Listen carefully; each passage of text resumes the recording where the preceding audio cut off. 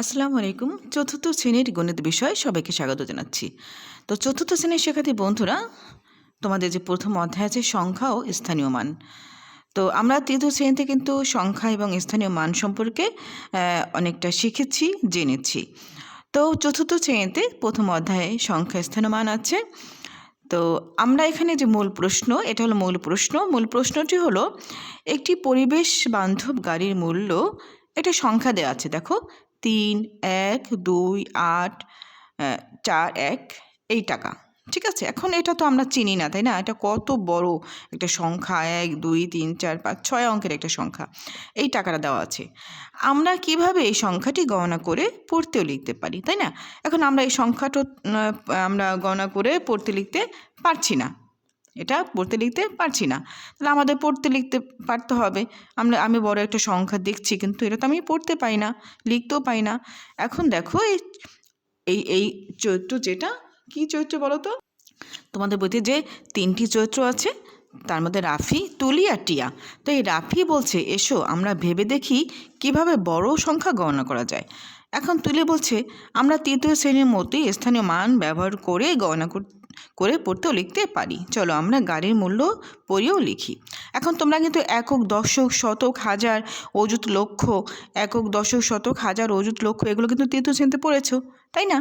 এখন যদি আমরা এভাবে লিখে নেই যে এটা একক, এটা দশক, শতক, হাজার, অযুত, লক্ষ, তাহলে আমরা এই ডান পাশ থেকে আমরা লিখব, এই 1 হবে এককের ঘরে, 4 দশক, এই 8 হবে শতকের ঘরে, আর এই যে 2 হবে হাজারের ঘরে, এই যে 1 হবে অযুতের ঘরে, আর 3 হবে লক্ষর ঘরে।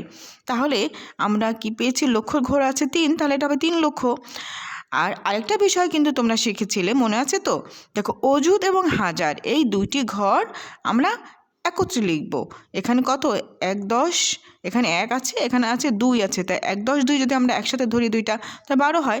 এটা হবে 12,000। এই হাজারের ঘরে অযুতকে গণনা করতে হবে, 12,000। আর শতকের ঘরে 8 আছে, তার মানে 800। দশকের ঘরে 4 এবং এককের ঘরে 1, এই একক এবং দশক দুটি মিলে হবে 41। তাহলে আমরা গণনা করলাম যে 3,12,841।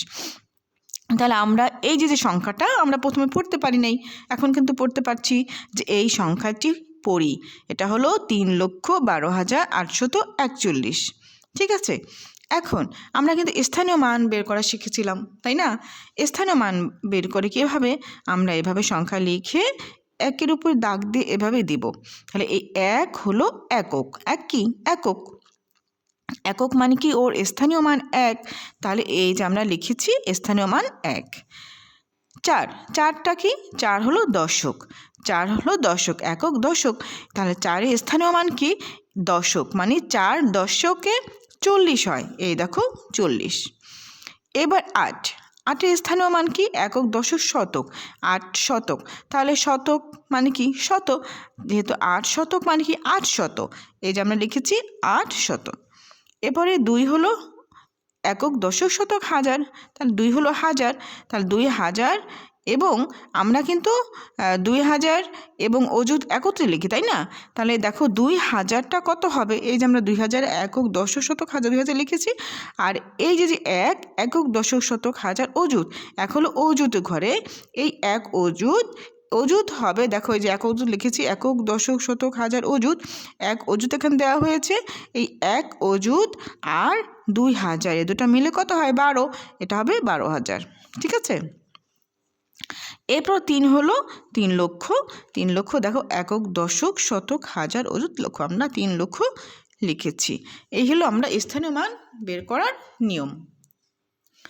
এখন দেখো, এখানে একটি কাজ দেওয়া আছে, এই যে কাজ, আরিফ সাহেব মোবাইলে পাসওয়ার্ড দিয়েছেন এই সংখ্যাটি পড়েও লিখি। এখন এই সংখ্যাটি পড়বা, লিখবা, তাহলে আমাদের কি করতে হবে? দেখো এখানে আমাদের ঘর দেওয়া আছে, যেমন রাজু বলছে, রাফি বলছে আগের নিয়মে সংখ্যাটি গণনা করতে পারি, আর তুলি বলছে সংখ্যাটি স্থানীয় মানের ছকে বসালে সহজ হবে। তাহলে স্থানীয় মানের ছক, এটা ছক দেওয়া আছে, একক, দশক, শতক, হাজার, অযুত, লক্ষ। এখন আমরা যদি ছকে বসাই, দেখো এইটা কত? স্থানীয় মান যদি 6 বসাই, তাহলে আমাদের একক স্থানীয় আমরা কি করব? এখানে 6 লিখলাম।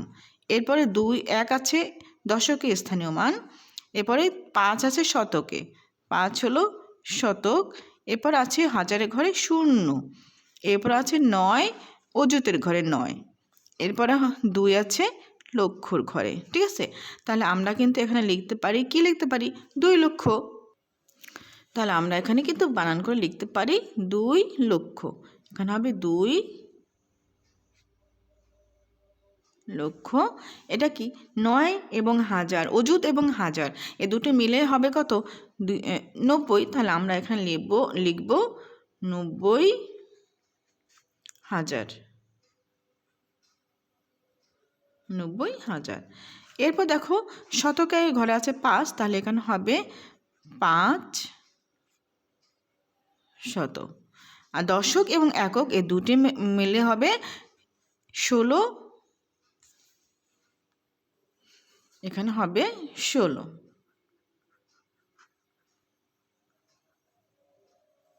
ঠিক আছে, তাহলে দেখো সংখ্যাটি কথায় যদি আমরা লিখি তাহলে আমরা লিখতে পারবো 2, তাহলে সংখ্যাটি কথায় 2,90,516। এখন তোমরা এই যে 2 নম্বর আছে বাংলাদেশে একটি জেলার লোকসংখ্যা, এই যে একটি সংখ্যা দেওয়া আছে এতজন, সংখ্যাটি আমরা কিভাবে পড়ব, এখন তোমরা এইটা এই যে বিষয়টা এখানে দেওয়া আছে এটা তোমরা অনুসরণ করবে। ধন্যবাদ।